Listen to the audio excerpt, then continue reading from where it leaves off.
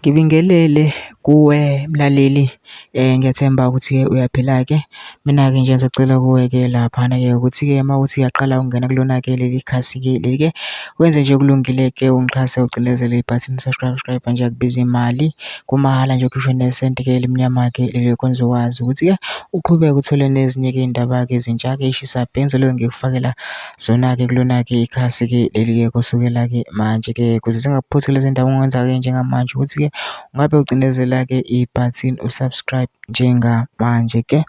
Udaba ngilethele lona-ke namhlanje laphana ngilethele-ke udaba-ke oludabukisayo-ke olushaqisayo-ke ngendlela-ke eyisimanga-ke laphana-ke kuvela ukuthi-ke ugcine eshonile indoda edidinywe umphakathi emva kokubanjwa izama ukutshontsha amabhethri ombhoshongo wenye yezinkampani zomakhalekhukhwini.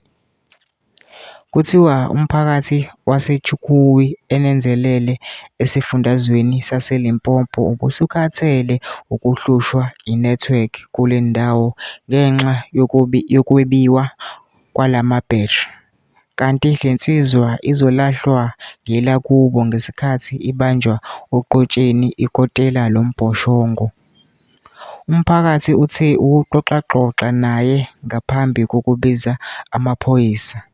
Akasekho-ke usedlulile emhlabeni-ke laphana-ke ngoba-ke iy'thombe zakhe-ke amaphoyisa-ke afike kunzima ngempela-ke laphana-ke ubesevukele-ke ubuso-ke umphakathi usuxoxe ngempela-ke naye-ke bekungadlalwa ngempela-ke.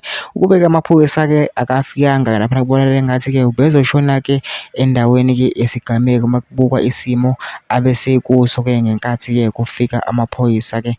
Keshwa-ke nangebhadi-ke akwazanga-ke ukuthi-ke aphile-ke laphana-ke ugcine-ke ehamba nesikhathi-ke wabe-ke eseshona ngoba amanxeba-ke ubemaningi kakhulu-ke ubeshawe kakhulu-ke. Mina ngicela lapha singene ema-comment section-ke fusha uvo lwakho ukuthi wena-ke ucabangani ngalo-ke udaba-ke lolu-ke bese wenza okulungile nje ungixhasa-ke ucindezele-ke ibhathini subscribe nje akubizi imali, kumahhala nje ukhishwe nesenti-ke elimnyama-ke leli khona uzokwazi phela ukuthi-ke uqhubeke uthole-ke namanye-ke amavidiyo-ke ey'ndaba engizobe ngikufakela wona-ke ikhasi-ke leli-ke kusukela-ke manje.